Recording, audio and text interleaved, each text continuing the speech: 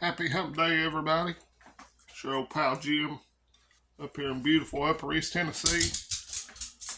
My little buddy dog Rosie at this stage, she's looking for table scraps, and she ain't gonna find none tonight, so hopefully. Hope y'all are having a good week. I'm surviving. I'm in the middle of 7 in a row, which is a good thing.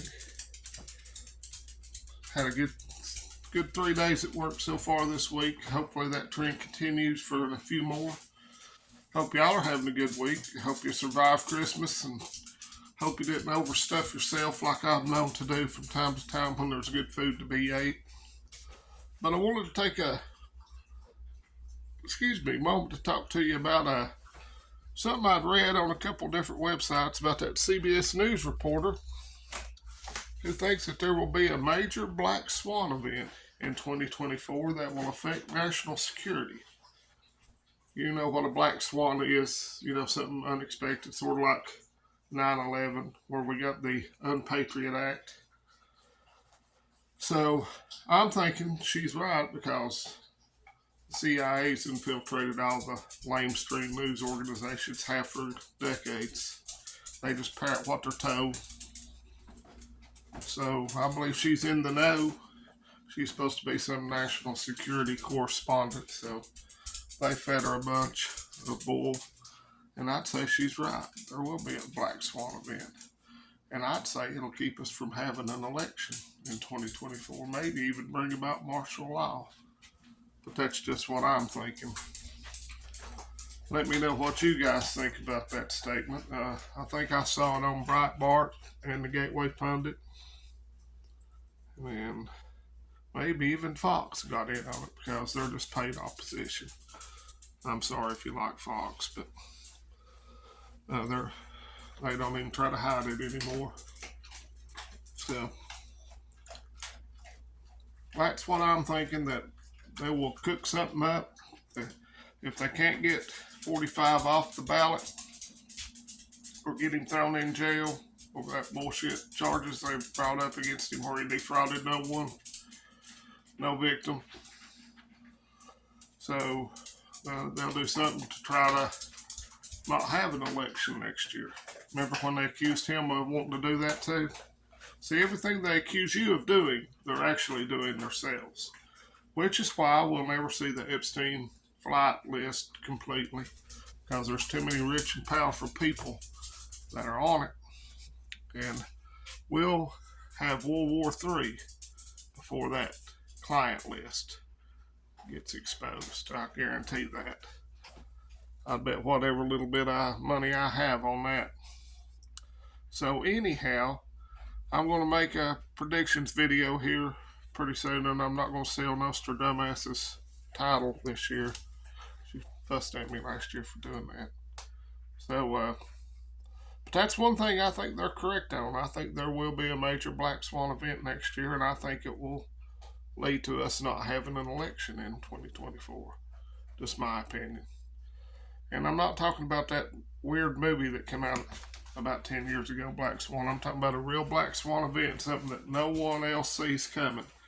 It could even be a black swan combined with a false flag. That way they can blame the people that they hate for doing it. We don't have to worry about all the people coming across the border, or all the countries in the world that are lining up to hate us and have for decades, because we can't keep our nose out of the business. The biggest threat to America is Christian nationalists.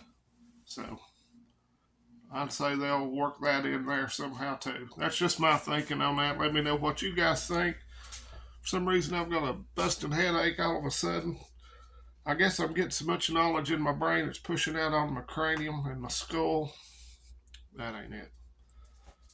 So just keep doing what you're doing. Keep an eye on the big picture, but worry about the small things that you can control in your own personal life, like food, water, first aid shelter, and a way to defend yourself.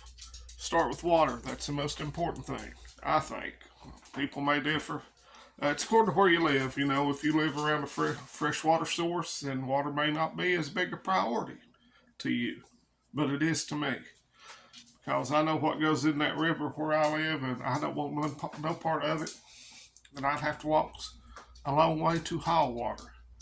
And I'm getting old, so I really don't feel like I need to do that. And that ever happens where it gets really bad, and you go to a river or a lake or a creek or something to get water where you're just waiting to get jumped.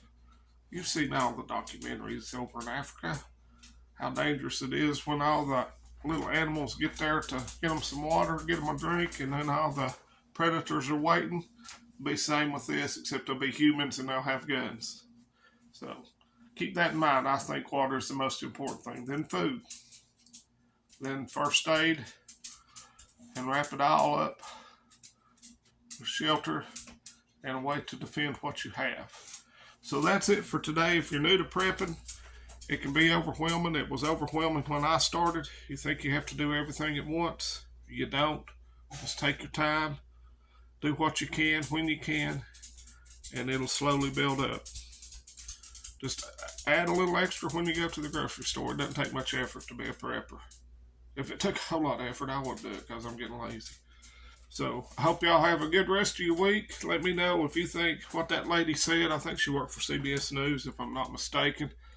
I would link the article, but when I read it again today, I had a hard time finding it, and I'm too lazy because I want to get this video up so I can watch We All Gonna Die Wednesday with Hudson Valley Prepping and Survival. So y'all have a blessed week. Take care.